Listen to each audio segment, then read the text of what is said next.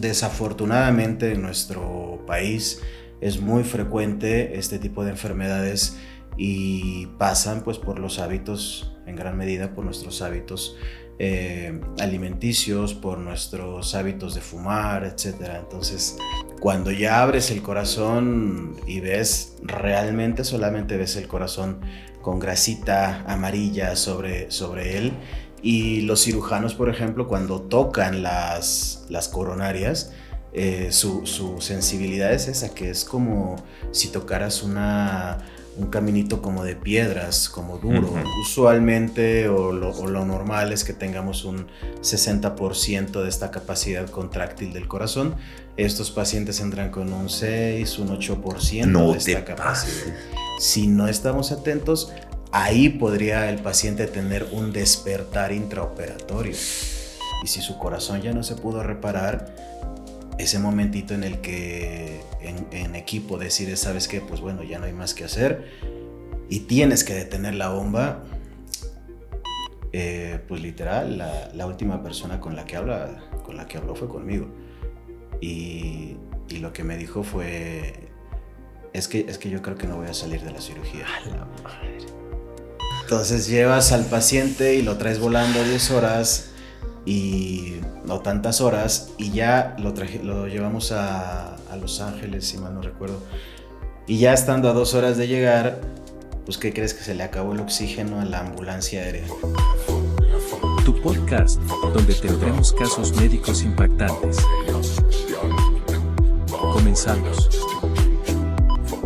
Hola amigos, bienvenidos a un episodio más aquí a tu podcast Clinicazos. Soy Eder Zamarrón, urgenciólogo intensivista, y como ya viste en la portada y en el título, vamos a explorar una especialidad que es la anestesiología cardiovascular. Y para esto tenemos a uno de los más grandes expertos, no es porque sea mi amigo, pero de verdad, ustedes búsquenlo ahí en redes sociales para que vean lo que estoy hablando.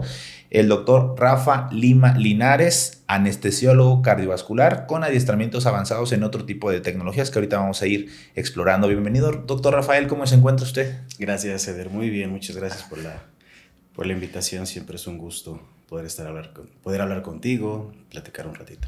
Ok, acuérdate que nada más la regla es para público en general, con palabras, digamos, de alguna forma más entendibles, es decir, sin tantos conceptos o términos técnicos médicos, ¿va? Ok, entonces, sin más, vamos a entrar en materia. Y pues la pregunta obligada es, ¿cuál es la diferencia entre un anestesiólogo y un anestesiólogo vascular? Es decir, ¿cuál sería el área que te diferencia para atender a los pacientes?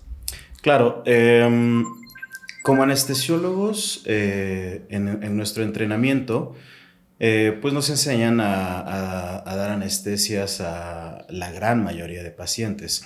Una vez que terminamos ese entrenamiento de 3 años, que en México es de 3 años, hacemos un adiestramiento adicional que puede durar entre 1 a 2 años, específicamente para manejar pacientes cardiópatas o pacientes que tienen alguna enfermedad del corazón, específicamente para cirugías cardíacas, para cirugías que van a reparar ese problema que el paciente tenga en el corazón. Entonces nosotros, como anestesiólogos cardiovasculares, pues tenemos ese, digamos, entrenamiento adicional específicamente para ese tipo de procedimientos.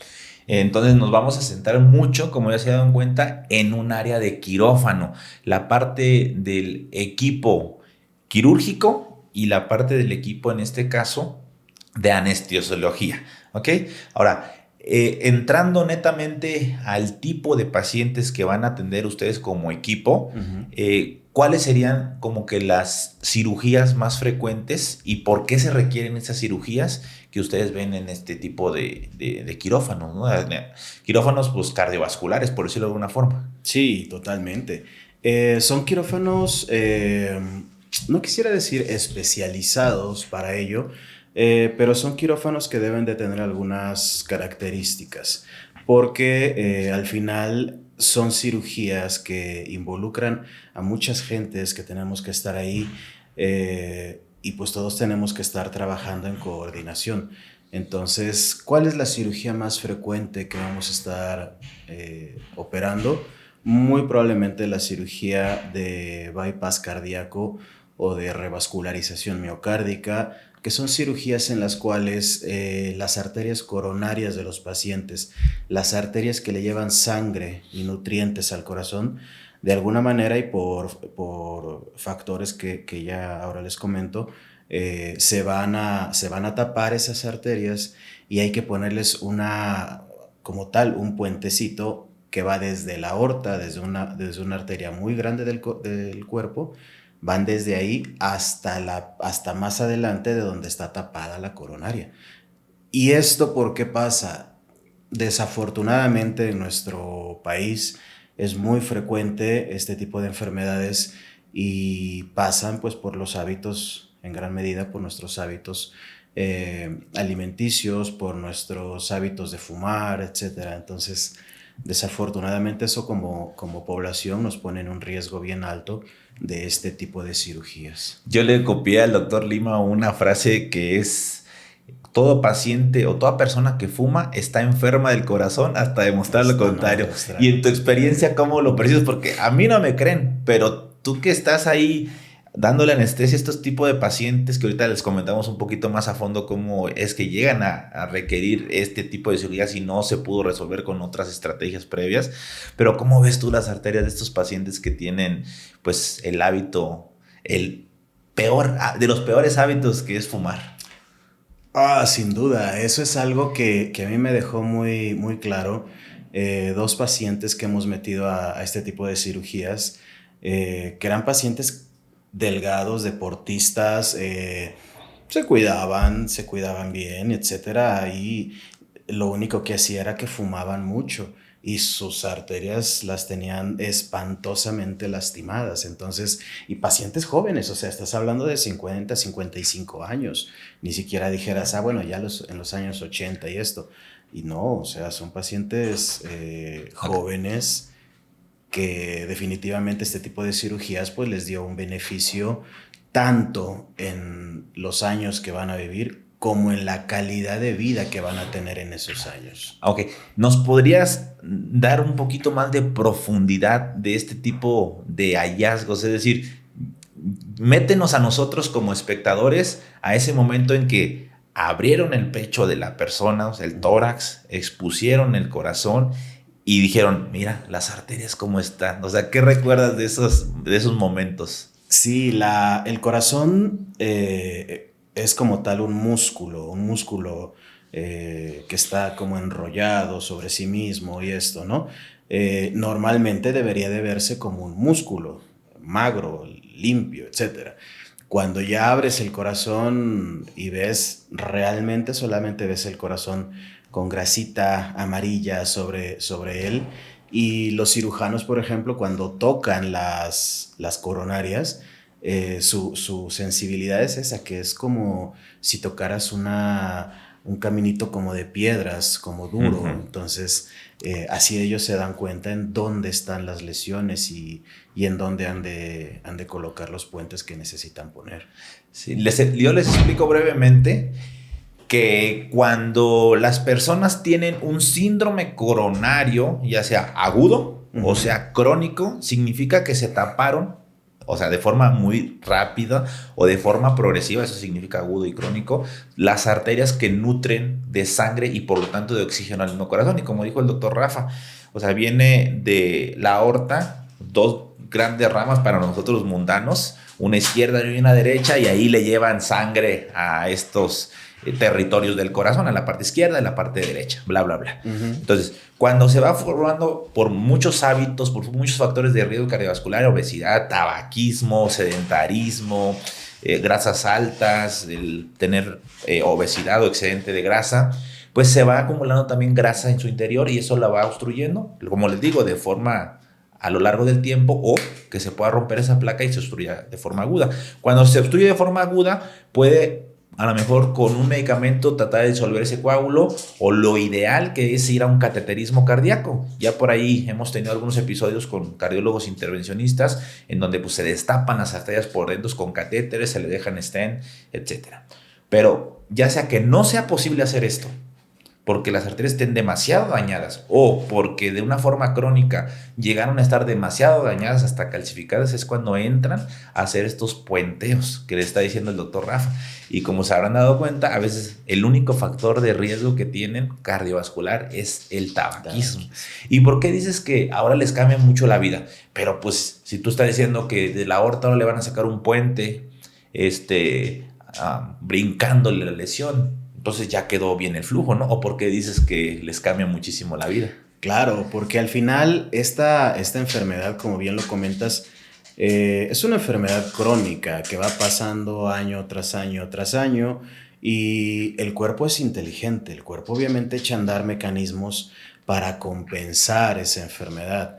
Entonces, pues tú puedes vivir años y años y años y incluso ni siquiera darte cuenta, sino hasta que de pronto se tapó más allá de lo que ya pudo aguantar, o hiciste mucho ejercicio y entonces te diste cuenta que tuviste ese dolor en el pecho y te detonó que estudiaras ese dolor. Y entonces te diste cuenta que estabas enfermo, pero para este punto ya pasaron años y tu cuerpo echó a andar medidas para compensar esa enfermedad. Entonces, el hecho de que uno se siente bien y todo no quiere decir que uno está bien. Cuando ya te restauran esa sangrita que va a llegar al corazón, entonces ya tu cuerpo vuelve y regresa, no a la normalidad como tal, pero ya estás en un estatus, digamos, un poquito más protegido, más sano. Te va a permitir que el corazón no tenga esos eventos agudos que bien comentaste, o que sean eventos que puedan ser más protegidos o menos agresivos.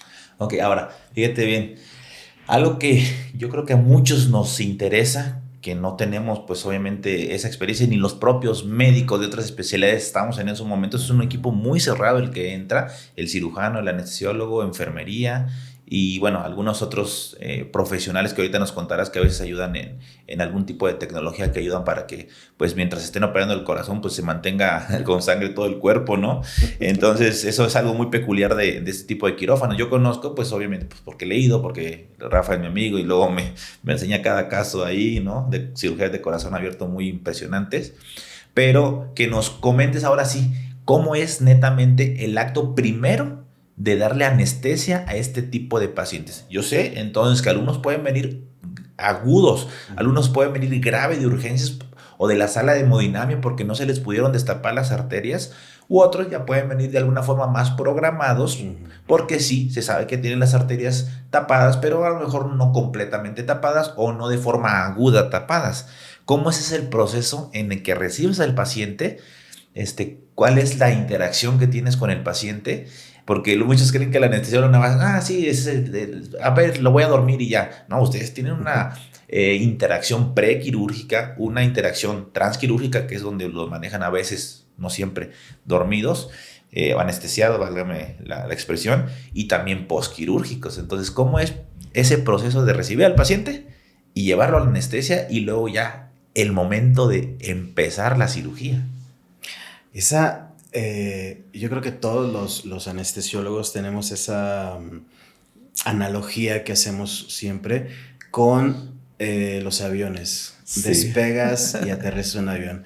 Despegar y aterrizar un avión, digo, en la ignorancia de no saber mucho de aeronáutica, se antoja que son los tiempos más delicados, ¿no? En el paciente con enfermedades del corazón esto es particularmente cierto porque, bien, ya la enfermedad del corazón está, usualmente suelen ser enfermedades crónicas o que llevan algunos años, y como comentamos, esto genera en el cuerpo mecanismos de adaptación. Cuando estos mecanismos de adaptación están muy fuertes, todos los anestésicos o la mayoría de los anestésicos van a alterar estos mecanismos de compensación, pero absolutamente todos. Entonces, algunos en mayor medida, algunos en menor medida, pero siempre va a repercutir. Entonces, nosotros tenemos, y ese es el área necesaria en la cual nosotros nos entrenamos para hacer esto de una manera más tranquila, más estable, y que el paciente tolere esa inducción de la anestesia, ese inicio de la anestesia, y entonces ya una vez que el paciente está en ese estado anestésico, ya podemos empezar la cirugía y podemos llevar al paciente adelante. Sí, porque los que nos están viendo diagonal y a la vez escuchando, pues se preguntarán qué son esos mecanismos. Pues forzosamente, como ya lo dio a entender y también lo explicó de alguna forma sencilla el doctor Rafa, pues pierde la función adecuada del corazón. Es decir, si tú tienes una contracción de un 60%, que es lo normal que se contraiga el corazón, más o menos, o sea, no se contrae el 100, no se cierra todo, sino que un 60% es suficiente para que trabaje perfectamente. Entonces ellos entran con porcentajes de función del corazón muy bajos, y si ustedes le ponen un medicamento, le quitan contracción a ese corazón. Los medicamentos que ustedes luego ven con los que gente es los mismos que luego utilizan ustedes, o sea, estrictamente hablando, usan. Y si ustedes buscan estos medicamentos, son con lo que mucha gente, digo, ahí pueden medio tapar los nombres, yo creo, pero son medicamentos que la gente, pues, luego de forma recreativa algunas veces o algunas con intento de autodesvivisión, utilizan, pero ustedes lo usan pues para llevar al paciente a un estado, como bien lo dices, de anestesia, y que regularmente son anestesias generales. Entonces, ahí, ¿con cuánto es lo más bajito que has entrado a operar un paciente de función del corazón y que hayas dicho, esto fue un reto? Definitivamente los pacientes que entran con una función cardíaca tan deteriorada que tienen que entrar a un trasplante cardíaco. O sea, pacientes que entran, como bien dijiste, usualmente o lo normal es que tengamos un 60% de esta capacidad contráctil del corazón. Estos pacientes entran con un 6, un 8% de esta capacidad. Pases. Entonces, imagínate, y eso es algo que reviste la relevancia de lo que hacemos, porque muchas veces lo normalizamos, ¿no? Porque pues como lo hacemos diario, pues dices nunca pasa nada, ¿no? Pero cualquier medicamento anestésico nos puede acabar de deprimir esa función cardíaca tan deteriorada, y ahí nos meten una complicación bien grave. Ahora imagínate, estás hablando de un paciente que quizá entra a un trasplante cardíaco y estás hablando realmente de 2 vidas, porque al final es ese paciente que yo tengo sobre la mesa más el otro paciente que tuvo o la familia que tuvo esa bendición de donar su corazón. Entonces estás hablando de dos vidas, literalmente. Ahorita voy a profundizar en eso de los trasplantes cardíacos, que yo creo que una de las situaciones pues más impactantes que puedas vivir. Pero regresándonos un poquito, y ahorita vamos a, imagínense, o sea, menos del 10% de trabajo del corazón. Haz de cuenta, si está, en lugar de estar así, está así. Nada. Muy apenas. Muy apenas. Imagínate un ejercicio, un movimiento pequeñito. No aguanto. Ya les falta el aire. Entonces, ahora bien, muy bien, perfecto. Ya nos llevaste a ese momento en que tú le pones medicamentos, lo comienzas a anestesiar, el cuerpo pierde la conciencia, pierde la percepción del dolor. Regularmente son anestesias generales, pones un tubo en la garganta, los conectas a un respirador, a una máquina de anestesia para mantenerlos, y ahora sí empieza el momento quirúrgico. Digo, yo sé que no es tu área lo que es netamente la cirugía, pero cuando comienzan las cirugías, ¿qué tienes que estar tú al pendiente por parte de anestesiología? Y si nos gusta también hablar, ¿cuál es tu percepción del acto quirúrgico? Sí, durante toda la cirugía, desde que inicia hasta que termina el paciente, tu meta o tu mente siempre debe de estar sobre los signos vitales del paciente, la hemodinamia llamamos nosotros, que los signos vitales estén bien, la frecuencia esté bien, etcétera.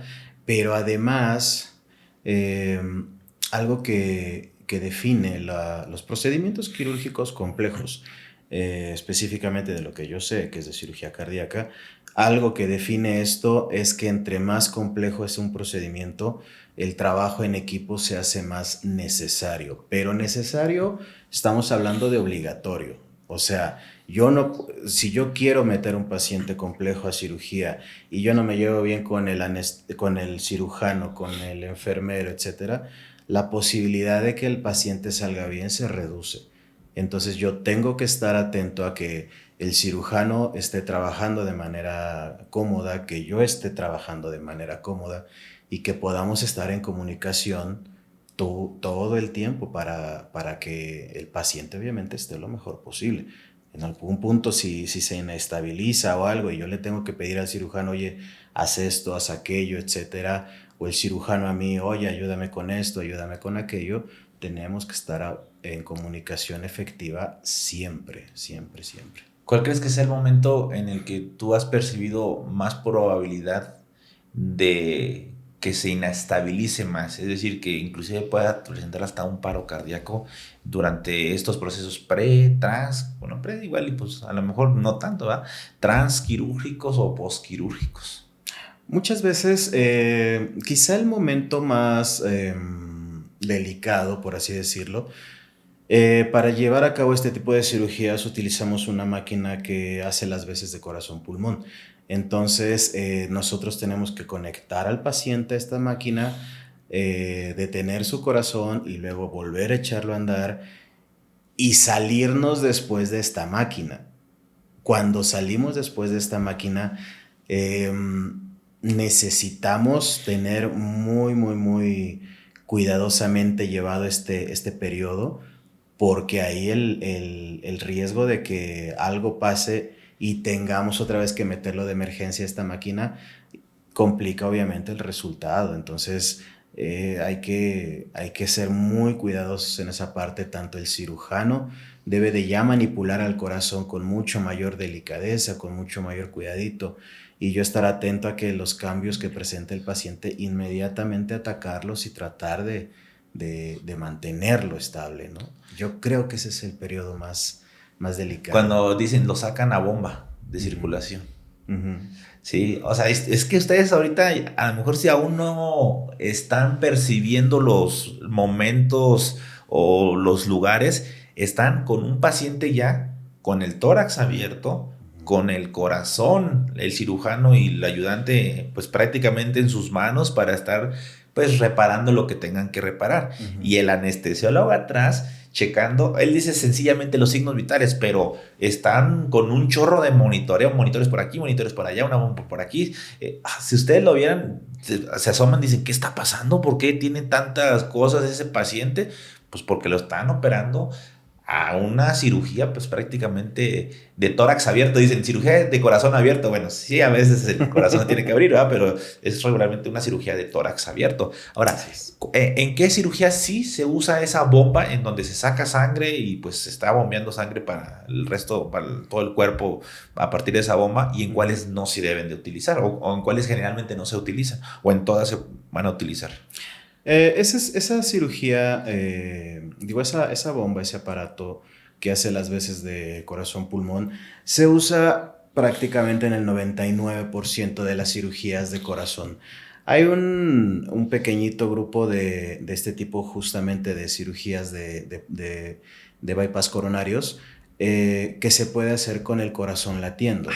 Este tipo de cirugías obviamente es para un grupo muy puntual de pacientes que se benefician de no entrar en esta bomba y hacerle los puentes así con el corazón latiendo. Tiene varias implicaciones ahí de detallitos, pero prácticamente hablando específicamente de cirugías de corazón, el 99% de las cirugías tienen que entrar a este tipo de aparatos. Entonces, si lo estoy percibiendo bien, ahí me dices, si lo percibí mal, pues también me dices. Entonces, gran parte también del entrenamiento de un anestesiólogo cardiovascular, a diferencia de un anestesiólogo, pues por decirlo de alguna forma general, no es una ofensa, sino que un anestesiólogo que solamente hace, no solamente, sino que imagínate, que tiene esa especialidad de anestesiología y tú ya un adiestramiento más profundo, no solamente la forma de los medicamentos, de todo eso, de cómo llevar al paciente a anestesia para que no se te complique, le baje la presión, haga paro cardíaco, etcétera, sino también el saber manejar esta bomba, ¿no? O sea, sí está más en tus manos que de un cirujano la bomba, o los dos tienen injerencia en su manejo. Esta bomba, este corazón pulmón artificial, está manejado por gentes que se dedican exclusivamente a ello. Hay una rama incluso de esto que se llama medicina extracorpórea, y es un área de involucro que, debo ser honesto, yo creo que su coordinación es más con el anestesiólogo que con el cirujano. Claramente, todos tenemos que estar en coordinación. No hay forma en la que no podamos estar coordinados estos tres grupos. Incluso enfermería también es una área bien importante. Pero el momento de entrar a esta bomba extracorpórea y el momento de salir de esta bomba extracorpórea es mucho más sencillo cuando la coordinación entre estas gentes que llevan esta bomba, sean perfusionistas, esa coordinación entre ellos y yo, si se hace una buena coordinación, la salida de la bomba se hace muy sencilla. Entonces yo me decantaría quizá un poquito más por llevar esa idea de que la coordinación es más entre perfusión y anestesia que perfusión y cirugía. Ahora, quiero explorar y profundizar mucho más en ese momento. O sea, ¿cómo le haces para que entonces la sangre se vaya a esa bomba? ¿Sí me explico? ¿Cuál es el proceso o las intervenciones invasivas que tú realizas y cómo funciona a grandes rasgos esta bomba para que la gente sepa de lo que estamos hablando? No sé si alguno de ellos o ya fue intervenido de alguna cirugía cardíaca o algunos tienen esa propuesta, porque a mí me ha pasado mucho en mi unidad, son pacientes que vienen de sala de hemodinamia y a veces los cardiólogos intervencionistas por los catéteres percutáneos, o sea, por punciones de arterias, no les pueden destapar y entonces les da miedo. ¿Cómo va a ser la cirugía, doctor? Una cirugía de corazón abierto, no la voy a contar, ahí me voy a quedar, yo mejor así me quedo con mi dolor, con mis molestias, con mi falta de aire para caminar. Y yo les digo, no, pues esa es una cirugía que a lo mejor nosotros no la tenemos en la mente, pero ellos lo hacen cotidianamente, o sea, hacen, no sé, diariamente, inclusive esta cirugía, pues a lo que se dedican en los centros médicos especializados.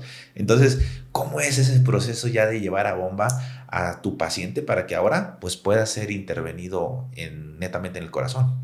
Claro, ese es un proceso bien delicado, es un proceso muy bonito porque involucra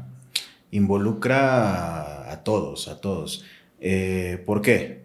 Una vez que ya tienen el tórax del paciente abierto, del corazón salen y llegan vasos muy grandes, desde los cuales se van a colocar cánulas, tubería, por así decirlo, tubería que va a extraer el 80 o 90% de la sangre del paciente, lo lleva a esta bomba, oxigena esta sangre y viene y la regresa ahora por otro vaso.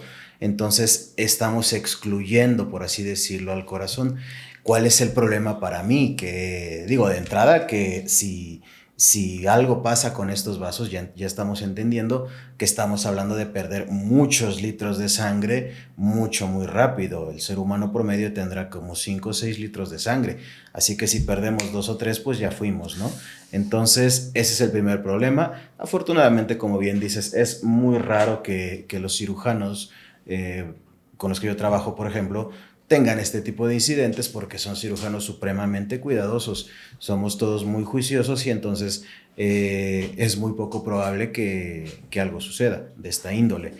Pero adicionalmente, apenas entra la sangre en contacto con esta tubería, que si bien es tubería ya de muy alta calidad, muy nueva, etcétera, sigue siendo tubería. Exactamente. 1, me inflama entonces a mí el cuerpo, y 2, muchos de estos anestésicos que yo le estoy poniendo al paciente se pierden o se absorben en parte de esta bomba. Entonces ahí es un problema porque el paciente pudiera, si no estamos atentos y ahí cuidando las cosas que merecemos cuidar, si no estamos atentos, ahí podría el paciente tener un despertar intraoperatorio. Y lo cual, digo, al final, pues bueno. No manches, imagínate. Nuestra meta es la vida del paciente, ¿no? Pero obviamente no es nada agradable que tuviera ese tipo de recuerdos. Claro, en la vida hemos hecho cirugías con pacientes cardíacas con pacientes despiertos, pero es lo menos.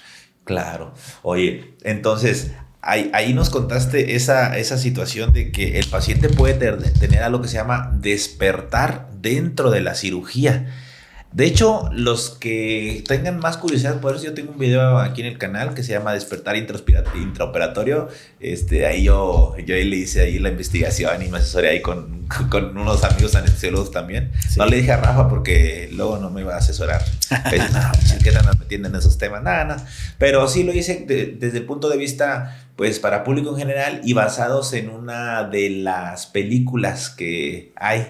No sé si la has visto. Sí. Aquí ahorita les pongo aquí el nombre de la película, de la imagen. Sí. Y ahí justamente se da a conocer que una mujer estaba siendo operada y que estaba ella escuchando todo, estaba sintiendo y percibiendo todo y pues no podía abrir los ojos, estaba dormida, pero pues hay cuenta que era un sueño, pero pues obviamente estaba sucediendo. Estaba con una sedación inadecuada y pero que sí estaba con un medicamento que se llama bloqueo neuromuscular, entonces no se movía, pero sí percibía todo, no podía abrir los ojos, etc. Entonces, qué difícil, ¿no? ¿Cómo ustedes se aseguran en la actualidad?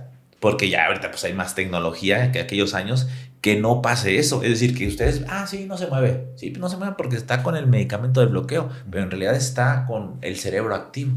¿Cómo ustedes actualmente lo monitorizan? Claro, esa parte, pues bueno, como anestesiólogos la tienes ya muy normalizada de tomar ese tipo de cuidados, ¿no?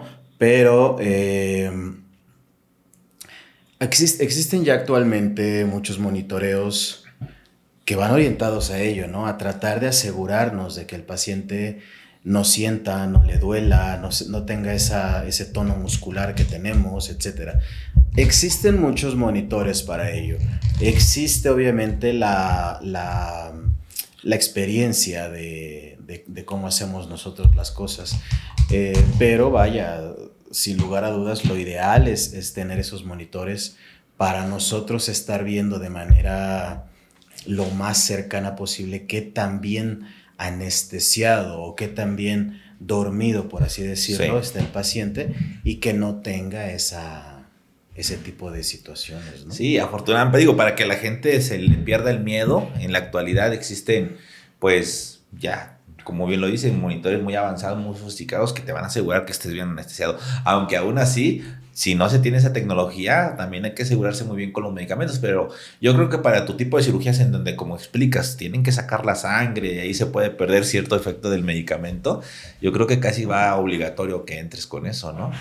Casi va obligatorio, pero vaya, debemos de tener los pies puestos sobre la tierra. O sea, desafortunadamente en nuestro país muchas veces no tenemos estas tecnologías que de pronto pudieran ser ideales, ¿no?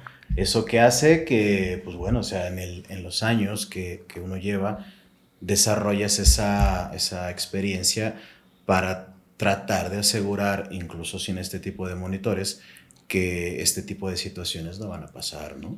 De acuerdo, sí, no, yo he visto hasta anestesiólogos que ellos mismos tienen sus aparatos, sí, se los ponen al paciente y lo están monitorizando porque en las instituciones muchas de las veces no hay, o a veces en los centros médicos o en las unidades privadas, pues bueno, se tiene más la disponibilidad, pero acá no. Entonces, qué complejas cosas. Ya hemos hablado bastantito de lo que es este mundo de la anestesia cardiovascular. ¿Crees que se pueda comparar una anestesia de tórax abierto y de corazón abierto, por decirlo de alguna forma, aventarte de un paracaídas? La imagen del doctor Lima aventándose de un paracaídas. Oye, yo creo eso. La otra estaba viendo cuando subías tus historias que te aventabas del avión ahí en paracaídas y que te gusta practicar con tiro ahí, con armas y la más. Bucear. Y yo digo, ¿sabes qué? Yo creo que tú ya estás acostumbrado a manejar pacientes tan complejos que te creen tanta adrenalina que ya tienes como cierta sensibilidad a eso y ahora necesitas algo más, un estímulo más para que te pueda emocionar, ¿no lo crees? Yo creo que sí. La verdad es que meter este tipo de pacientes a cirugía es bien delicado Obviamente es muy emocionante en el sentido bonito de la palabra, porque literal tienes la vida de alguien en tus manos y depende de esa delicadeza que tú tienes para manejar tus medicamentos, su hemodinamia, que el paciente no se complique por causa y situación tuya, ¿no? Misma cosa pasa en el paracaídas, en el paracaidismo,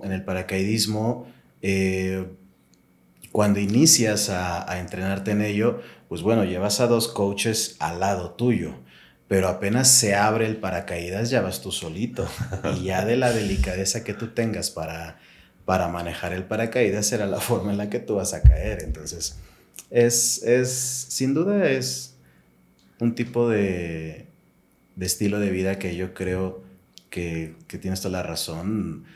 Sí necesitas ese rush de adrenalina de vez en cuando, porque al final es en lo que nosotros estamos viviendo a diario, ¿no? Sí, a mí me pasa muy similar. Digo, a mí me gusta mucho pues, todo el contenido médico y todo eso, Sí. pero al final de cuentas siempre me hace falta ver ese tipo de pacientes críticos, esos pacientes graves, esos pacientes que están pues entre la vida y la muerte, porque pues es satisfactorio tratar de dar tu mejor esfuerzo y poder ayudarles, ¿no?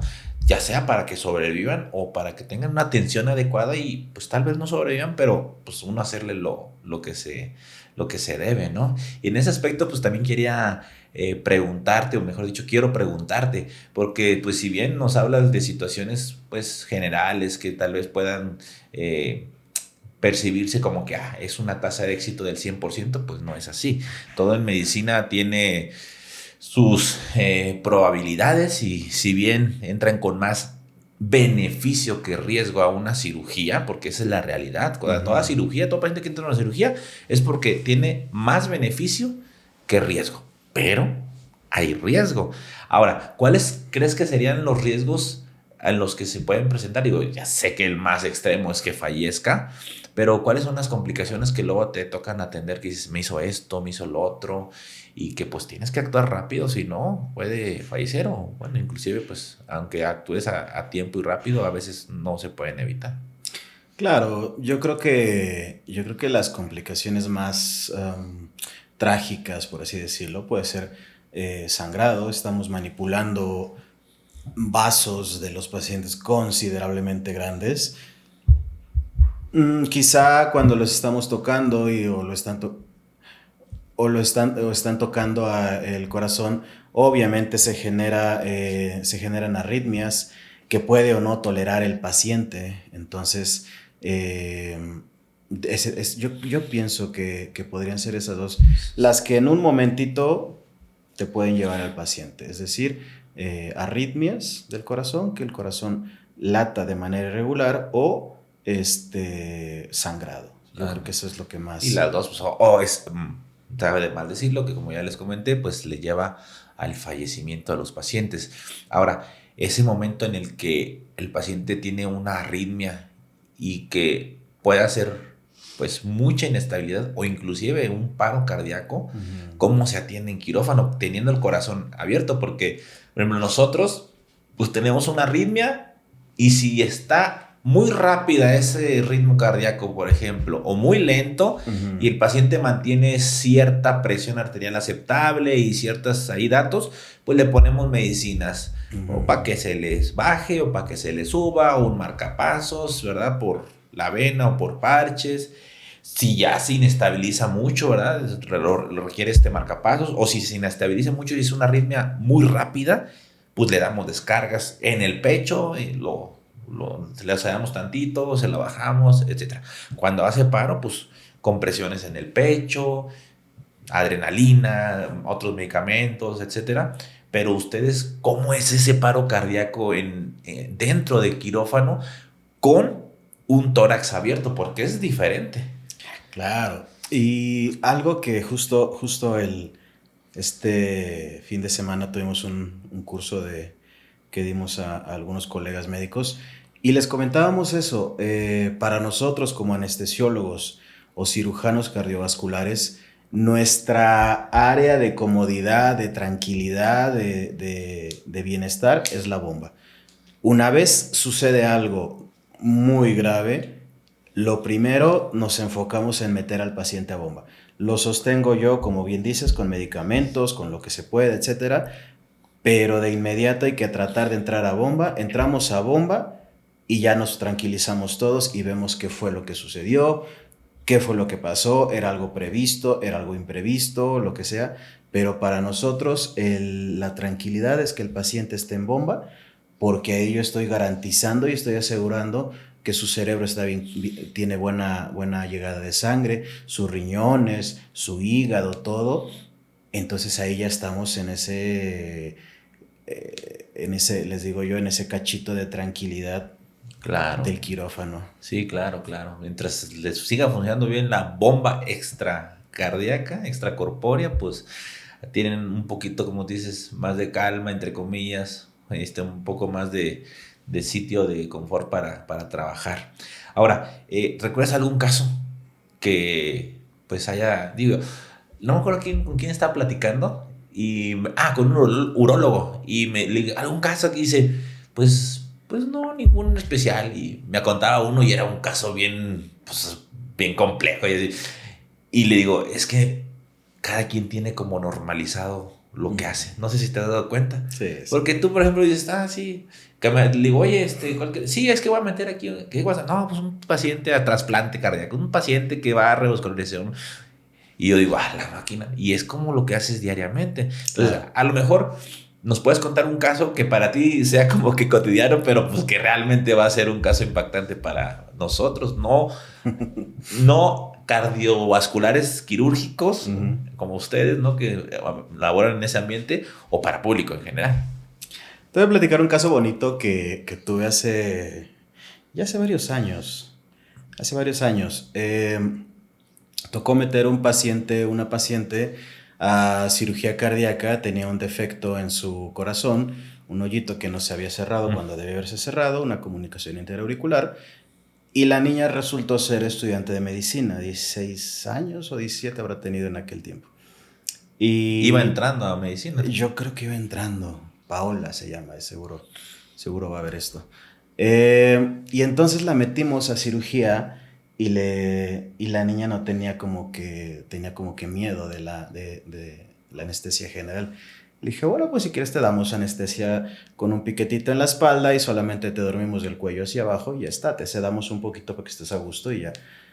Y así hicimos la cirugía con la paciente despierta, bloqueada nada más, le llamamos nosotros bloqueo neuroaxial, es decir, le quitamos la sensibilidad del cuello hacia abajo. Y con eso ya se pudo hacer la cirugía sin problema. La raquia que dice la raquia gente. Pero una raquia alta. Una raquia alta. Y vaya, se realizó sin problema. Y lo bonito es que ahorita está estudiando anestesia. No te pases. Entonces, es una mujer increíble. La Pau. Entonces, pero, o sea, ¿tienes convivencia con ella? ¿O la ubicas? Sí, claro. Sí, claro. Ella está tomando ahorita el diplomado que estoy haciendo. Y lo bonito es eso, ¿no? Que como médico es padre que ayudes a la gente que muchas veces son gentes que ni conoces ni nada, pero médicamente les ayudas, ¿no? Pero el tocar a gente en otros contextos, es decir, ya en una parte profesional, etcétera, siempre es muy gratificante, o sea. Vale. Qué bonito caso, no manches, qué chido. Imagínate ya cuando sea anestesio, y casi te aseguro que quiere ser anestesio cardiovascular, ¿o no te he dicho? Temo que sí. Sí. Ya, de hecho, ese caso está publicado en una revista de anestesia, igual, y por ahí de pronto te paso el QR para que vean el video de ella. Ella salió como coautora de ese artículo, de hecho. Maestros. Sí, vamos a ponerse aquí el video para que lo vean también y pues se sienta más todo ese ambiente que se vivió en esos momentos. Ahora, yo sé que hay momentos muy bonitos y eso pues es por lo que nos impulsa día a día a seguir atendiendo a los pacientes.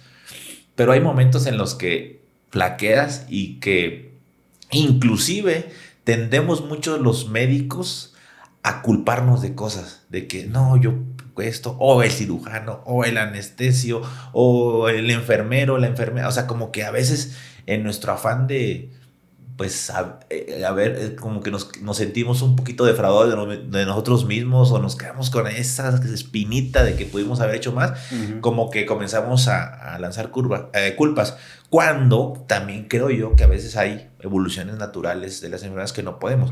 Que ojo, también existen las negligencias, eso jamás lo voy a negar, existen los errores, claro que sí, pues bueno, o sea, somos humanos y hay gente que a veces no se toma muy en serio las cosas, pero digamos algún paciente que pues se le dé una atención y que a pesar de eso pues no haya salido la situación como se ha querido.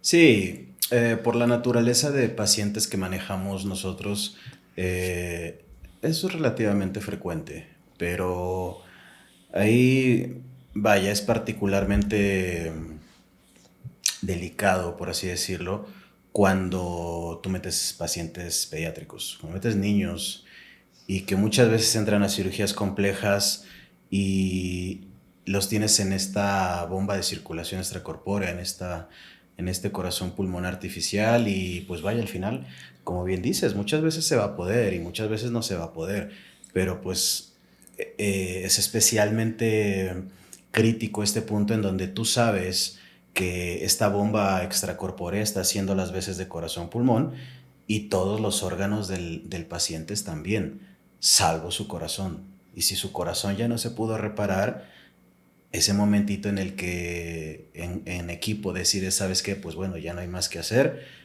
y tienes que detener la bomba.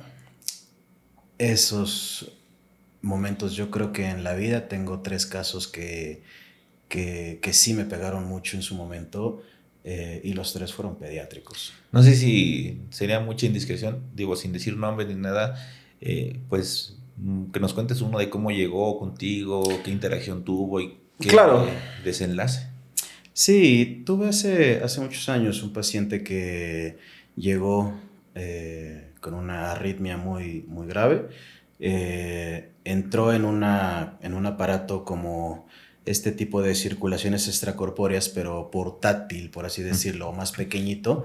Se llama ECMO y lo tuvimos en ECMO esperando un corazón para trasplantárselo. Yo creo que como unos 2 semanas o 3 semanas quizá. ¿De qué edad? 12 años. Y el niño, casi a todos los procedimientos que entró, lo metí yo, entró a varios procedimientos antes de entrar a la cirugía de trasplante. Y vaya, al final, por su complexión, le consiguieron un corazón, etcétera, pero sabíamos que iba a ser un trasplante complejo y que muy probablemente tenía muchos chances de fallar. Y el niño estaba despierto. Y con este aparato, con este ECMO, el ECMO lo mantenía vivo, estable y todo. Y el día que entró a su cirugía de trasplante, pues literal, la última persona con la que habló fue conmigo. Y lo que me dijo fue, es que yo creo que no voy a salir de la cirugía. ¡A la madre! Y entonces, pues tú tienes que decirle al niño, pues tranquilo, o sea, no te va a pasar nada, vas a estar bien, etc. Pero tú por dentro también. Tú por dentro estás roto. Entonces, tienes que darle esa fortaleza, esa tranquilidad a ese niño y que descanse y que esté lo más seguro posible. Pero sí son cosas que te marcan definitivamente, pero que y es algo que yo les comparto a mis residentes. Muchas veces cuando las cosas no van bien, una partecita de uno se va con el paciente. Y yo creo que está bien y yo creo que pues es para lo que uno está ahí. O sea, para ayudar cuando puedes ayudar y cuando no puedes ayudar, acompañas. Sí, porque muchas gentes pues nos ven fríos, entre comillas, por fuera, pero uno por dentro sí está bien agüitado. La verdad, a veces sí te sientes bien gacho. Pero bueno, oye, y por ejemplo, ahí cuando ya sucedió que no, pues no fue exitoso el trasplante, Uh-huh. ¿por qué no fue exitoso? Digamos, digo, yo sé que a lo mejor son cuestiones más técnicas, más complejas, pero digamos, ¿por qué no pudo ser un paciente que se haya beneficiado o que haya tolerado, por decirlo de alguna forma, ese corazón nuevo. No, porque te digo, por su complexión tienes que buscar un donante que sea más o menos compatible con tamaño y forma y todo. El problema es que el corazón que se le consiguió venía, si mal no recuerdo, no sé, de algún lugar del norte, pero estás hablando de creo que 4 horas de distancia. Entonces, entre más tiempo pasa para que llegue ese corazoncito nuevo, entre más tiempo pasa, las posibilidades de éxito son menores. Entonces, en ese contexto teníamos esa pues última esperanza de, bueno, pues ya lo conseguimos, vamos a echarle ganas y ojalá que sí salga. Pero sí teníamos ya la idea clara de que muy probablemente o iba a salir muy delicado o muy probablemente iba a fallar, que fue lo que pasó. Entonces, digamos, no murió transoperatorio, murió después. Murió horas después. ¿Y cuando te enteraste? Fue devastador. Sí, canijo. Fue devastador, o sea, era un niño que ya llevaba yo muchos días conociéndolo, platicando con él y todo, y ese tipo de experiencias, te digo, son devastadoras. Y yo te voy a decir algo, te he percibido como que especialmente con los niños eres un poquito más sensible, ¿verdad? Sí, definitivamente. Sí, me he dado cuenta. Y cuando te pones contento cuando una niña, un niño sale bien, dices, hasta platicas con él, así echas relajo y todo. Sí. Eso también es bonito, pero pues a veces pues ya no se puede. Es padre esa dinámica ahí en el hospital donde yo trabajo cuando metemos pocos niños. Y cuando metemos niños, casi siempre los voy a ver antes de la cirugía y les pregunto cuál es su juguete que quisieran tener. Y ya después de la cirugía, pues vas y se lo llevas y todo. Y los niños están a gusto, ¿no? Pues lo triste es cuando no le puedes llevar el juguete. Ya ni me digas, ya me agüité. Ya. Pero sí, tienes toda la razón. O sea, como tú dices, acompañar, esa palabra me gustó. Hay que acompañar. Porque por eso dicen, el médico cura a veces, alivia a otras y consuela siempre. Siempre. Es acompañar, al final de cuentas hay que acompañar lo más científica y humanamente posible. Copiar un poquito de enfermería, yo creo que enfermería a veces sí tiene más esa humanidad que algunos médicos. Digo, no estoy generalizando, pero creo que eso es algo que debemos de aprender a enfermería también. Ahora, ya que tocaste ese punto, que es otra de las cosas que yo quería indagar, el trasplante cardíaco. Hace poquito yo tuve un episodio con un urólogo donde hablamos de trasplante renal y es pues relativamente un poquito más difundido, es un poquito más de comprensión de lo que pasa. Puede ser de un donador cadavérico, que pues no se asusten, un donador cadavérico se refiere a una persona que tiene una muerte cerebral ya diagnosticada y que quiere donar. Entonces, bueno, pues ya donas un riñón, un hígado, etcétera, ¿no? O un donador vivo, el cual alguien compatible de forma altruista, pues le dona un riñón acá. Pero acá pues estás hablando de que es una persona que forzosamente ya tiene muerte cerebral diagnosticada bien, y eso siempre les digo, alguien que tiene muerte cerebral legal y médicamente ya está fallecido, ya es, pues sí, como tal cadáver, por decirlo de alguna forma. No existe, no sé si existirá porque tampoco voy al futuro, pero no existe hasta el momento alguien que haya regresado de una muerte cerebral. Todos esos que ustedes ven que dicen, no, que regresé yo porque tuve un trauma. No tuvieron muerte cerebral, tuvieron una lesión cerebral grave y regresaron gracias a las atenciones médicas y a su propia capacidad de regenerar que tiene el cuerpo. Pero no que hayan regresado de muerte cerebral, para que no estén creyendo eso, porque eso luego limita mucho a que la gente done o autorice que sus familiares donen órganos. Aquí en México nadie es donador de órganos hasta que lo plasme que sí. Y en otros países, pues no me dejarán mentir, todos son donadores de órganos hasta que plasmen que no. Pero bueno, esa es la cultura de nosotros. Entonces, estar hablando de que forzosamente, pues para donar el corazón, pues tiene que ser alguien de muerte cerebral. ¿Cómo es ese proceso? ¿Cómo se vive? Entonces, está en un quirófano, ahí meten al paciente con muerte cerebral para donar. ¿Cómo es el proceso? Si nos gusta llevar a esos momentos, a esos espacios. Claro, habitualmente lo que se hace y que ahora, por ejemplo, en mi hospital se ha estipulado, es un tiempo que debe ser breve, de donde tú tomas de la persona donante, tomas los órganos. En este caso estamos hablando del corazón, y tiene que ser un tiempo breve desde donde lo tomas hasta donde lo llevas. Uh-huh. Porque más allá de 4 horas, la viabilidad del corazón, así se proteja bien, así esté todo bien, haya salido inmaculadamente todo bien, las posibilidades de éxito van bajando conforme más tiempo pasa. ¿Qué hacemos entonces? Alguien dice, oye, ¿sabes qué? Tengo un paciente con muerte cerebral, efectivamente, y hay muchos estudios para determinar, obviamente, ¿no?, que el paciente está con muerte cerebral. Y entonces dicen, bueno, y el paciente dejó claro, y sus familiares tienen claro que quieren donar sus órganos, entre ellos su corazón. Ok, un grupo especializado de médicos, cardiólogos, va y lo mira, le hace pruebas al corazón, estudios, ultrasonidos, etcétera, y determina que el corazón es bueno o no, está viable o no. Y ya una vez que se determina, entonces se lanza esta alerta y dicen varios hospitales que tienen ya pacientes en lista de espera por un corazón y dicen, bueno, es un paciente de tal y tal características, a ver quién tiene un paciente de tal y tal características para dejarle ese corazón.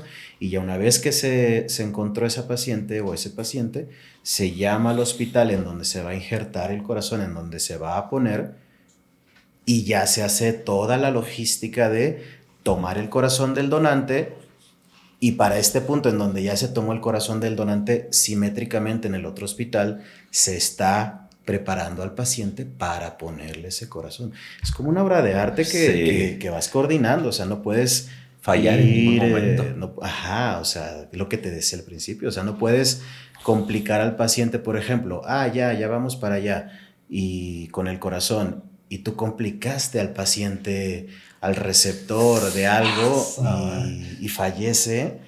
Imagínate que fallezca durante la inducción, antes de la anestesia, cuando le pasan los medicamentos. Imagínate, qué tragedia. Qué tragedia. Es una tragedia doble, porque al final estás hablando de que, pues bueno, el donante te dio el corazón, literal. Chinga. Oye, y por ejemplo, a lo que entiendo, entonces, no necesariamente el receptor de ese corazón se encuentra hospitalizado, puede estar ambulatoriamente y les llaman y se dejan venir y se hacen toda la preparación. Sí, claro. ¿Algún caso que recuerdes de algún trasplante? Digo, no sé si algún caso especial o algún caso cotidiano que nos quieras compartir para que nos quede un poco más aterrizado.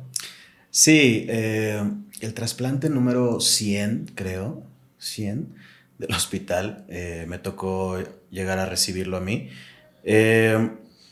Un paciente joven, y todo salió bien. El paciente lo manejaron en la mañana, yo lo llegué a recibir en la tarde, estable, tranquilo.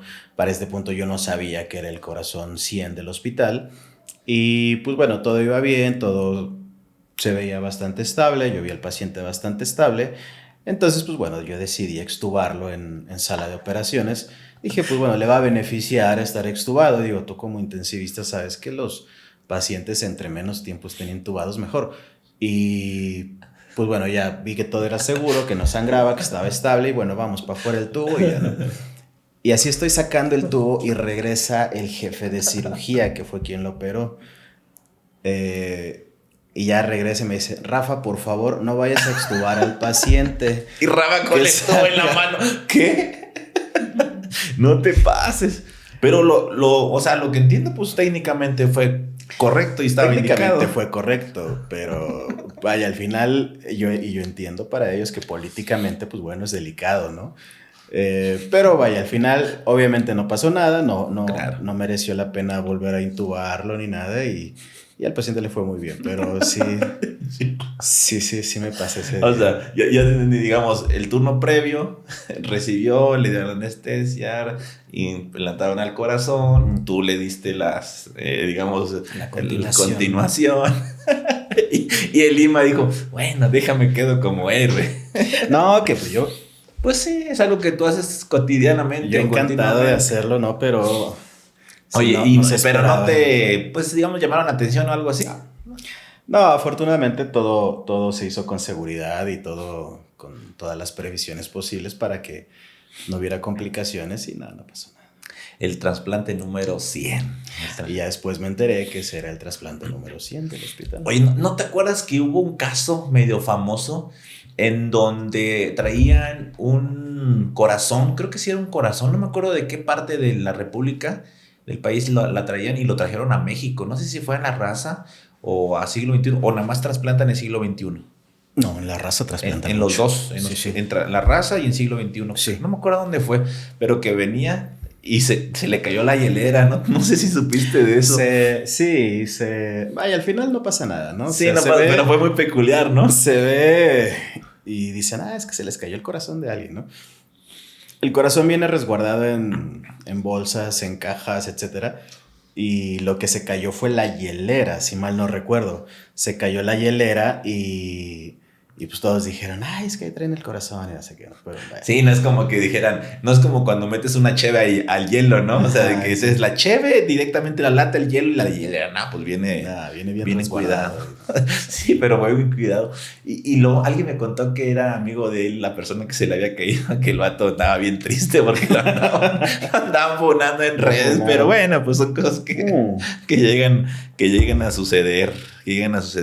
Oye, ¿algún otro tipo de cirugías que nos quieras compartir o de intervenciones que realizan en quirófano? Porque ahorita te voy a preguntar algo fuera de quirófano que pocos anestesiólogos hacen, que es el famosísimo ECMO, que es algo que ahorita anda muy de moda y hasta ven videos de que en tal país se le pusieron un ECMO y que el ECMO y que el ECMO. Ahorita nos dices qué es eso, pero ¿algún otro caso que quieras o intervención que quieras pues decirnos que se hace en quirófano y que sea importante?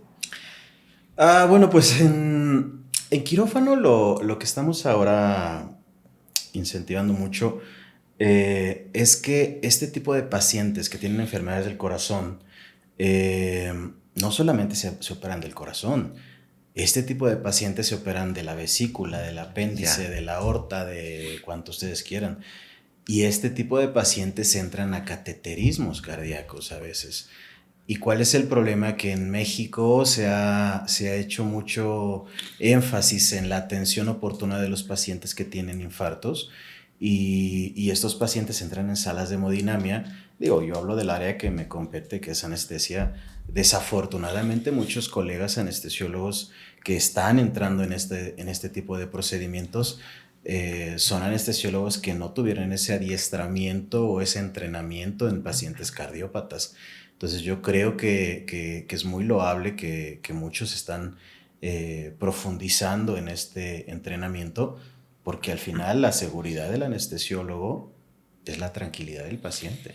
Entonces pienso que esa es un área bien bonita, porque todos los pacientes cardiópatas suelen ser muy predecibles, pero muchas veces pues no estamos habituados, ¿no? A ello. Entonces, por eso de pronto se pueden complicar de cosas que pudieron haber sido prevenibles. No, y el doctor Rafa Lima es profesor, es docente de muchos anestesiólogos, porque por ahí donde está haciendo su labor profesional diaria, pues rotan anestesiólogos en formación, rotan ya pues anestesiólogos formados que están haciendo la especialidad o en la formación de anestesiólogo cardiovascular, y aparte, como bien lo dices, pues estás haciendo también para mí una labor académica muy importante, que es llevar la anestesiología cardiovascular a los anestesiólogos no cardiovasculares, porque hay muchísimos pacientes en muchos quirófanos del país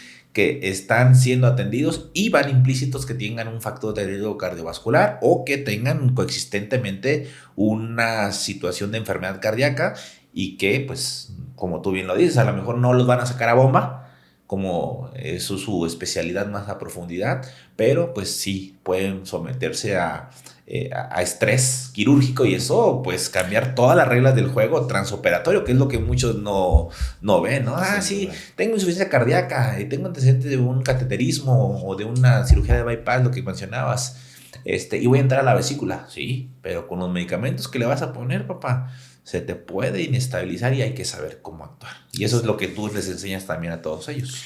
Sí, exactamente, a que tengan esos red flags atentos para que no les pase nada durante la cirugía. Cuando esos pacientes entren a bomba, eso los vamos a meter nosotros. Pero si no son cirugías de bomba y son pacientes delicados, ya lo que hemos visto es que entran estos colegas anestesiólogos mucho más tranquilos, más dueños de la situación y eso es padrísimo para nosotros. De acuerdo. Ahora, ya para ir, pues aterrizando como el avión que despega. Y es que me dio risa porque todos los anestesiólogos dicen lo mismo. Todos van a decir. Sí, hace poquito estuve con mi amigo el doctor Isaac Chávez, un anestesiólogo de Hermosillo, y también dice, la anestesia es como un avión, despegas y luego aterrizas, y en el despegue y el aterrizaje es los momentos más difíciles, acá comienza a ver el avión, donde se puede accidentar. Entonces, pero tú tienes una intervención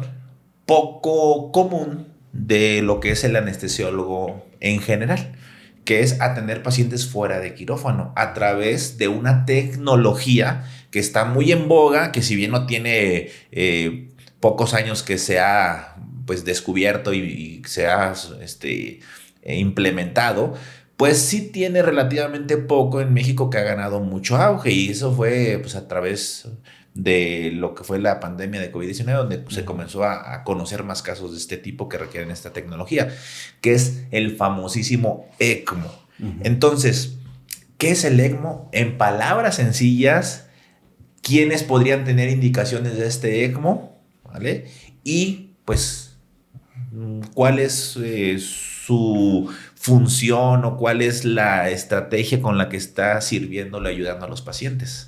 Sí, esta máquina de corazón-pulmón que hablamos en la cirugía cardíaca, digamos, se hizo pequeñita, se hizo mucho más avanzada, más biocompatible, etcétera, y eso permitió que a pacientes que tengan un daño severo en el corazón o en los pulmones, se les pueda poner esta máquina cuando ya dieron el manejo, por ejemplo, los intensivistas de este paciente grave del corazón o de los pulmones, y el paciente no avanza y no avanza y no avanza. ¿Qué es lo que continúa?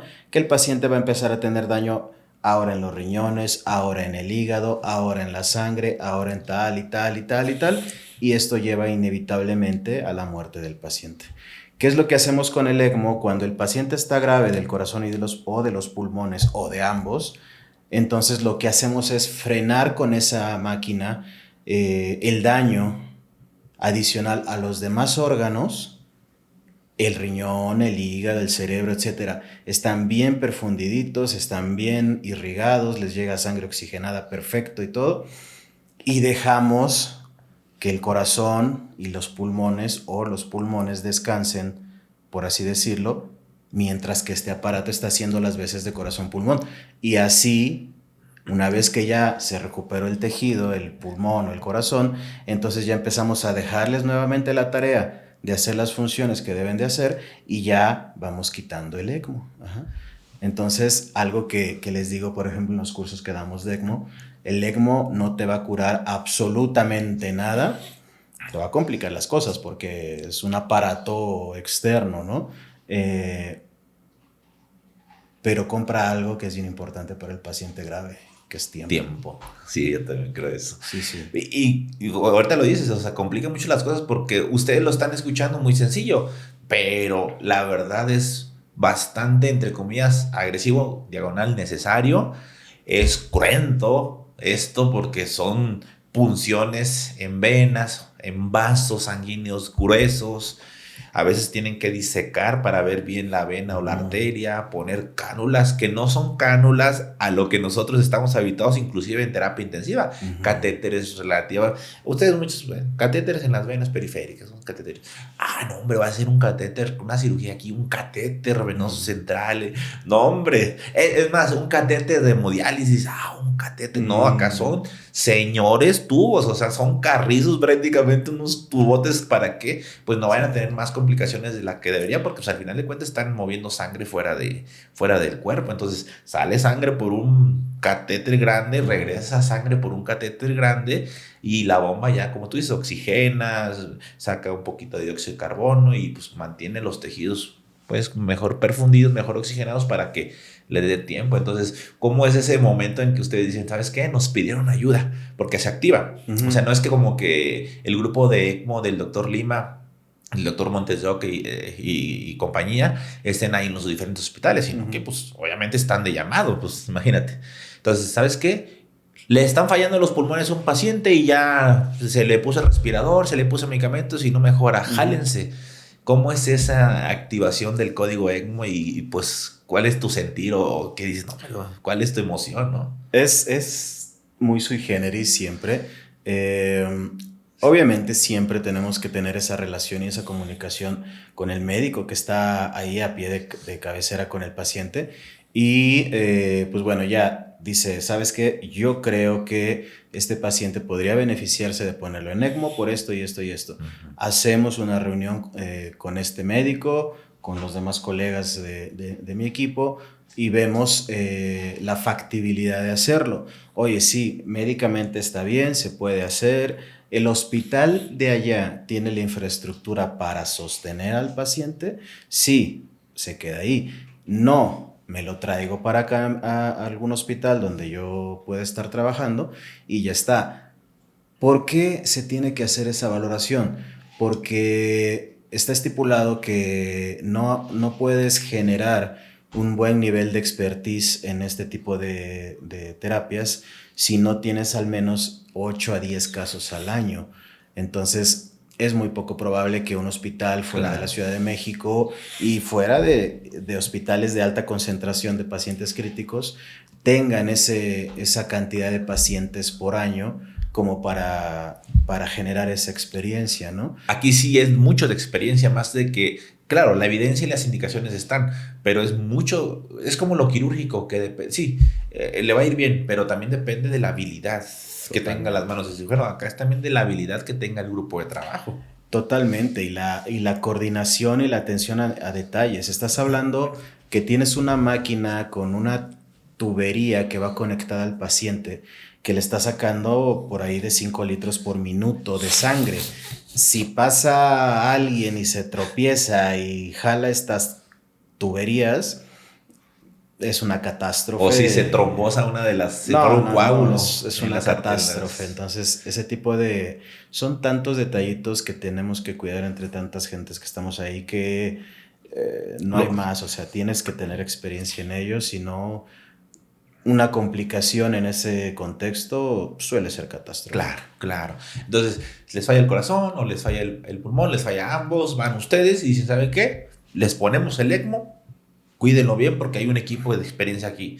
Nel, no hay un equipo de experiencia, con todo respeto, lo mejor es llevárnoslos a nuestro centro donde lo puedan instalar acá en la Ciudad de México, por ejemplo. Lo vuelan, porque regularmente los vuelan, ¿no? Que ese es otro lote, ¿no? ¿Te ha tocado volar pacientes? ¿Cómo es esa experiencia? Fíjate, el primer paciente al que se le puso ECMO en Panamá, lo puso mi grupo, lo puse yo. El problema fue que cuando estábamos en el aeropuerto nos retrasaron la salida mucho, no recuerdo por qué. Nos retrasaron 2 o 3 horas la salida. Entonces veníamos ya volando, es un vuelo creo que de 12 horas o de 10 horas. Esa máquina. Entonces llevas al paciente y lo traes volando 10 horas y no tantas horas y ya lo llevamos a Los Ángeles, si mal no recuerdo. Y ya estando a 2 horas de llegar, pues ¿qué crees? Que se le acabó el oxígeno a la ambulancia aérea.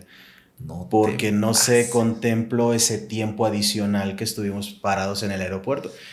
Y anda, pues que tienes que bajar de urgencia. Creo que bajamos en Saltillo, no sé dónde. O sea, aterrizaron. Tuvimos que aterrizar de urgencia sí. para tomar más tanques de oxígeno y ya llegar al hospital receptor. Pero Y fue exitoso el traslado. fue exitoso, al paciente le fue muy bien.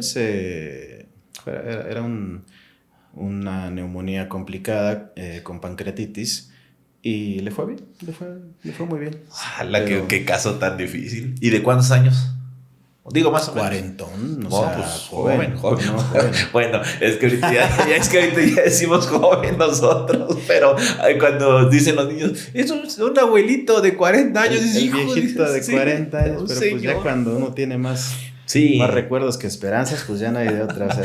Dice un tío, dice, antes se morían los viejos, hoy se mueren mis amigos. Uh-huh. Sí, canijo, pero bueno, qué caso también tan impactante de ese joven que voló para acá. Imagínate que hubiera fallecido por falta de oxígeno. No, qué deja de eso, o sea, venía en el avión, venía el médico tratante de allá, venían creo que su esposa, 2 de sus amigos, entonces, o sea, la presión. Oye, y cuando comenzó a faltarse el oxígeno, le dijeron, vamos a tener que aterrizar porque se acabó. Claro, sí, claro. ¿Y ellos cómo reaccionaron? No, pues ellos estaban tranquilos porque vieron todo, o sea, y eso es algo que es bien importante, o sea, yo creo que ya en todos los sentidos, como médicos, tú no tienes nada que ocultar, o sea, al final es invaluable ahora, bueno, tú eres más joven que yo, y todo lo que hacen ahora de exponer lo que hacemos como médicos en un contexto más digerible para gente que no es médico, eso es invaluable, porque al final todo el mundo tiene que ver qué es lo que hacemos, porque al final no es algo que estás haciendo mal. Sí, no debes de tener algo que temer. Así es. Sí, de acuerdo. No, es que difícil caso. Sí, entonces y vieron, los familiares vieron y todo, y le dijimos, ¿sabes qué? Vamos a bajar por esto y esto y esto. Adelante, doctor, sin problema. Y fíjate, ¿cuánto cuesta poner ECMO? O sea, no en esfuerzo, sí, yo sé que es en dinero, para que la gente se dé una idea más o menos de esta tecnología que no es nada barata. Por eso yo siempre les digo que una enfermedad grave difícilmente es tolerada, aunque sea un bolsillo muy solvente. En términos generales, este tipo de membranas, para que lo contextualicemos bien, una membrana que se utiliza, la parte del pulmón de una máquina de circulación extracorpórea, de una bomba de cirugía cardíaca, dura 8 horas, más o menos. Este tipo de aparatos tienen esa membrana, ese pulmón, y puede durarnos hasta 3, 4, 5 semanas. Y podemos tener al paciente conectado a este ECMO meses en lo que se recuperan sus órganos, ¿no? En costos, día 1, que es el día más grueso, deberá de andar por ahí de unos 300,000 pesos, 400,000 pesos quizá. Es el día en el que tienes que tomar en consideración que pues estás abriendo una membrana considerablemente cara, de alta tecnología, etcétera, en un dispositivo de alta tecnología. Entonces ese es el día más caro. Y ya los días subsecuentes deberán de andar por ahí de unos 50, 80,000 pesos por día. Siempre quise decir esto. Son 15,000 a 20,000 dólares. Siempre quise decir eso porque veo que todos los youtubers dicen. ¿Quién sabe por qué? Pero si no, ustedes busquen en Google cuánto es. Pero, digamos, es sobre lo que ya está gastando en hospital, para que la gente sepa. O sea, es exclusivamente de la tecnología. Y que su vida depende de esta tecnología, pero también depende de las otras tecnologías que tenga, de los medicamentos, de las soluciones, del respirador en caso que lo tenga, de las medicinas para la presión. Entonces, son cosas muy delicadas. Sí. Y para allá voy. No sé si han tenido ustedes la experiencia, porque son uno de los grupos que yo considero uno más académicos, es decir, que más difunden este concepto a otros profesionales de la salud, que eso siempre crea mucha controversia.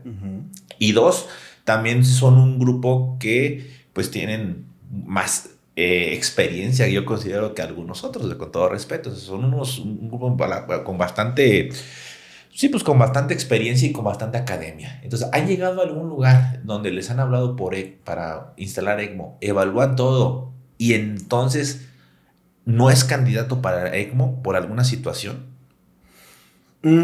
¿O desde antes como Desde toman la antes. decisión?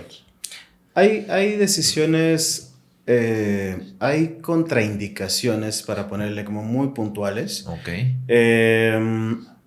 Donde la primera evaluación que haces, la primera reunión que haces, que usualmente es por Zoom o por llamada o videollamada, etcétera, desde ahí tú puedes decantarte y decir, ¿sabes qué? Pues mira, no es un paciente que va a ser soportable porque ni con ECMO va a salir, porque lleva ya 2 meses intubado, porque ya está con una falla de muchos órganos sumada, porque tiene a lo mejor un daño neurológico irreversible, que aun cuando salga de ECMO, no va a tener ya un pronóstico. Puede ser que tenga un cáncer ya diseminado, etcétera. Ya. Y entonces desde ahí dice, ¿sabes qué? No sería ético soportarlo porque, digo, yo puedo ir y ponerlo, ¿no? Pero no es ético porque realmente no le vamos a ofrecer más nada, ¿no?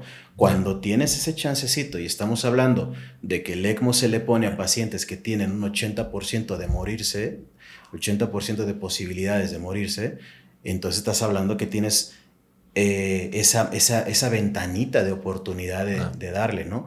Pero si ese paciente, a pesar del ECMO, no va a salir a tener una vida digna, funcional, no merece la pena ponerlo, ¿no? O sea, y se habla con los médicos y con los familiares y se les expone el por qué no y ya está, ¿no? Digamos, ya cuando llegan a un hospital es porque van con la consigna de que o se lo traen o lo pueden dejar instalado, pero ya va a requerir ECMO. Sí, Interesante. Ya para ir cerrando, ¿algún caso que recuerdes, bueno, aparte de este que volaste, que fue difícil, algún otro caso que a lo mejor pues no haya requerido un traslado, que haya ustedes instalado ahí o que haya sido instalado en un hospital local y que pues recuerdes de alguna forma peculiar o en un caso satisfactorio? Sí, una vez tuvimos un caso, igual es que los niños son delicados, pero... Es tu mero talón de Aquiles. Sí. Era una niña que tenía un asma, una crisis de asma, la pusieron, la intubaron, la pusieron en un respirador, etcétera, hizo neumotórax bilateral, se lesionaron pues sus pulmoncitos más y pues vaya, la llegamos a agarrar muy cerca del paro y pues nada, o sea, tenía como 10 o 12 años quizá. Y bien, o sea, la pusimos en ECMO, afortunadamente la logramos despertar a los pocos días con ECMO, se recuperó sus pulmones, se lograron quitar del respirador, etcétera. Y pues, fue una niña que se recuperó súper bien. ¿Cuánto tiempo requirió el ECMO más o menos? Si mal no recuerdo, estuvo poquito, como 2 semanas, creo. Bueno, poquito. Digo, relativamente poco, sí, poquito, para toda la situación. Y funcional quedó y todo. Totalmente. Esos son los casos que tú dices, o sea, qué padre, ¿no? Y casos que hemos tenido, no recuerdo cómo se llama. No recuerdo cómo se llama. Pero bueno, ya lo soportamos igual muy en la raya, con varios días ya intubado, etcétera y todo. Y logró salir adelante y así, y de pronto nos contactó por Facebook o por redes o no sé dónde, y nos mandó una foto de él jugando con su niño de 3 o 4 años. ¿Y a él qué le fallaba cuando...? Fue COVID. Ah, de COVID. De COVID. Sí, con las neumonías severas que hacían con COVID. Ah, manches. Y cuando ves esas fotitos dices... son casos que tú dices, bueno, o sea... Es cuando dices que vale la pena. Antiguamente decían la ELSO, la organización que regula todo este tipo de aparatos, de soportes, decían hace muchos años, si el paciente después de que le quitas el ECMO está vivo 6 horas, se registra como un caso de éxito. Actualmente el paciente se tiene que ir a su casa para que se registre como caso de éxito. Tiene mucho sentido, tiene mucho sentido, completamente de acuerdo, tiene mucho sentido, porque pues, lo que buscamos nosotros es que sobrevivan y aparte que tengan una buena calidad de vida. Ese es el objetivo de la medicina actual, es lo que debemos totalmente enfocarnos, porque luego también pues sacamos sobrevivientes, pero funcionalmente quedan con toda, disculpa previa de la palabra, paupérrimos en su funcionalidad. Y pues bueno, dices, caray, ahí le creas una carga importante a todo su entorno familiar. El famoso síndrome del cuidador que se desgasta bastante. Sí, totalmente. Bueno, pues yo creo que ya fue todo un universo de la anestesiología cardiovascular. Yo sé que muchos no conocían esta especialización de la especialización, que es mucho más avanzada y que pues es técnicamente mucho más complejo dentro del gremio médico, ¿verdad? Entonces, sí, de hecho vamos a tener un episodio también con un enfermero de una terapia intensiva cardiovascular para que también nos hable de todos esos cuidados que tienen posterior a estas intervenciones quirúrgicas que hacen en este tipo de quirófanos. Y pues son centros de especialización, pero que pues todos estamos expuestos a que en algún momento dado seamos pues pacientes o seamos candidatos a recibir este tipo de cirugías. Muchas gracias, doctor Rafa Lima. ¿Cómo te pueden encontrar en tus redes sociales y mensaje final para todo el público de Clinicazos? Pues nada, me pueden encontrar como Dr. ECMO o Dr. ECMO en la mayoría de las redes sociales. Ahí les compartimos muchas veces información, datos, casos clínicos interesantes, las páginas de nosotros de ECMO Heart Team, ahí igual publicamos información interesante tanto para médicos como para agentes no médicos.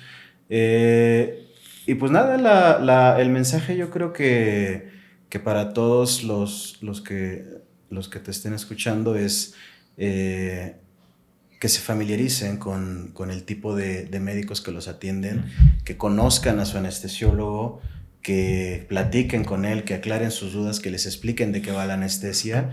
Y para los médicos que son anestesiólogos, pues la invitación a que profundicen en cardio. Cardio es realmente bonito, no porque lo haga yo, pero es realmente de las partes más bonitas y más predecibles que hay en la medicina. Y pues nada, ya sabes que siempre el agradecimiento contigo por tu amistad y por todos los espacios con los que podemos estar platicando. Y pues nada, gracias a ti, gracias a todo tu público. No, gracias a ti por todo tu tiempo. Es una persona pues bastante ocupada y venimos acá a la Ciudad de México en el podcast viajero, le llamo yo, para obtener estos episodios, que espero que lo disfruten, que nos sigan apoyando, que comenten, que le den una manita arriba, que se suscriban si no están suscritos, que activen la campanita de notificaciones y, como les digo, no se olviden compartir esta información con todos sus familiares y amigos interesados en temas de salud, con un lenguaje sencillo, sin conceptos o términos técnicos médicos. Muchas gracias nuevamente y nos vemos en los siguientes episodios. Chao. Tu podcast, donde tendremos casos médicos impactantes.